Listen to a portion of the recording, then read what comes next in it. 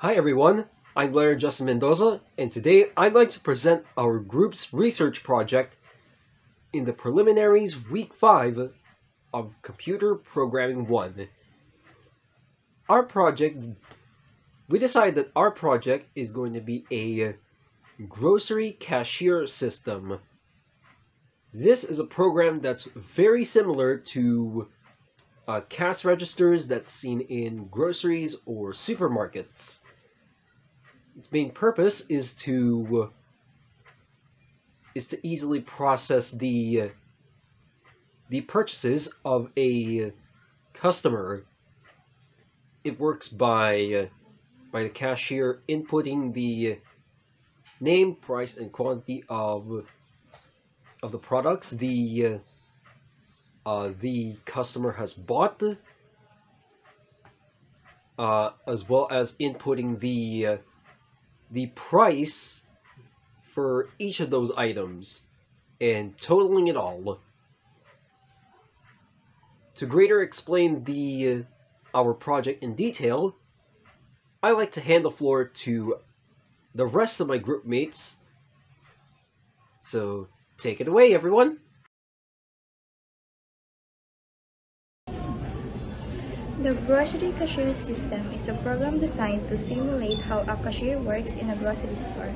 It allows the cashier to input the item name, price, and quantity, then automatically calculates the total, receives payment, computes the change, and prints a receipt.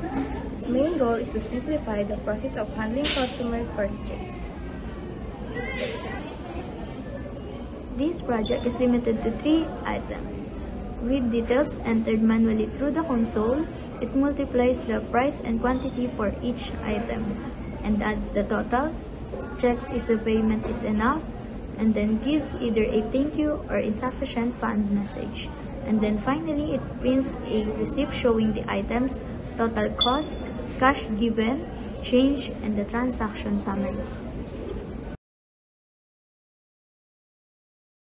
So sa algorithm naman po, ang ginawa po namin ay isang simpleng algorithm on the grocery cashier system po, which we did a step-by-step process starting po sa pag-input ng name, price, and quantity of grocery item until sa pag-compute po ng total, change, at display po ng receipt.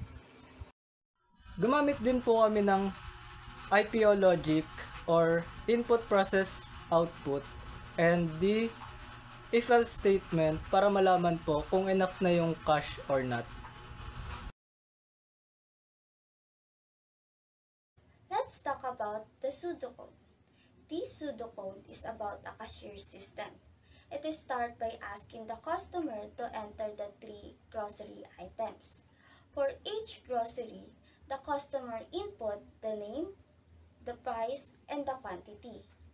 After that, the program also asks for the cash amount. Once the information is entered, the programs calculate the totals. It multiplies the price by the quantity for each grocery to get the cost per item. Then it adds all the 3 totals to get the overall amount. And finally, it subtracts this amount from the cash provided to calculate the change. After calculation, the program displays a receipt. The receipt shows the customer's name, the groceries with the quantities and cost, the amount, the cash given, the change, the ends with a thank you message.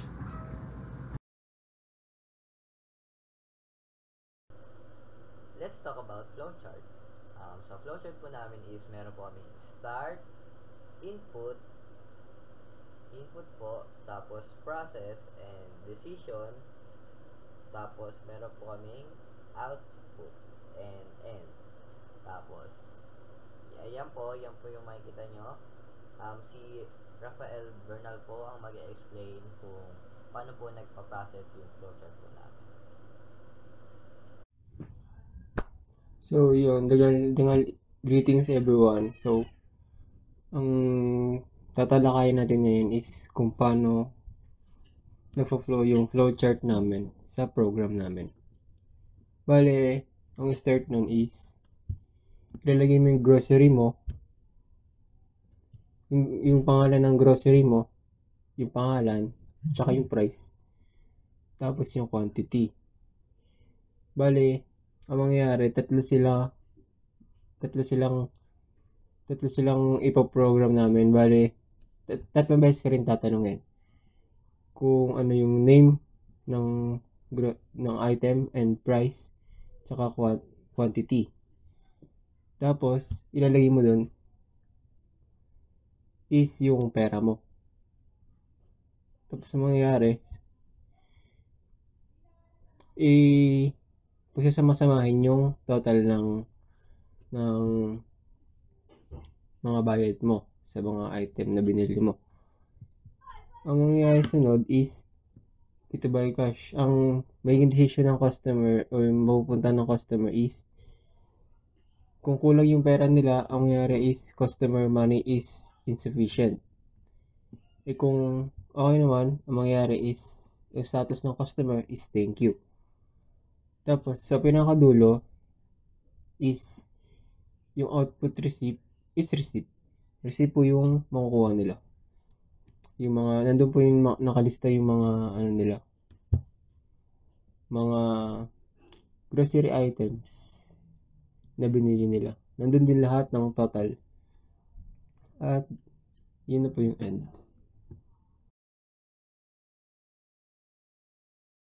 Java implementation naman is gumamit kami ng buffer reader. Dito, nanghihingi siya ng input ng grocery 1, 2, 3. Ito yung mga pangalan ng grocery yung binili. And after nun, quantity at price. Sa quantity kung ilan at price, kung anong presyo ng item na binili. At also, hinihingi rin nito yung cash ng user para makukwenta niya yung sukli. Sa program naman is gumamit kami ng ternary operator. By using that, mako-compute niya yung mga binili ng customer at ma-encode siya ng cashier.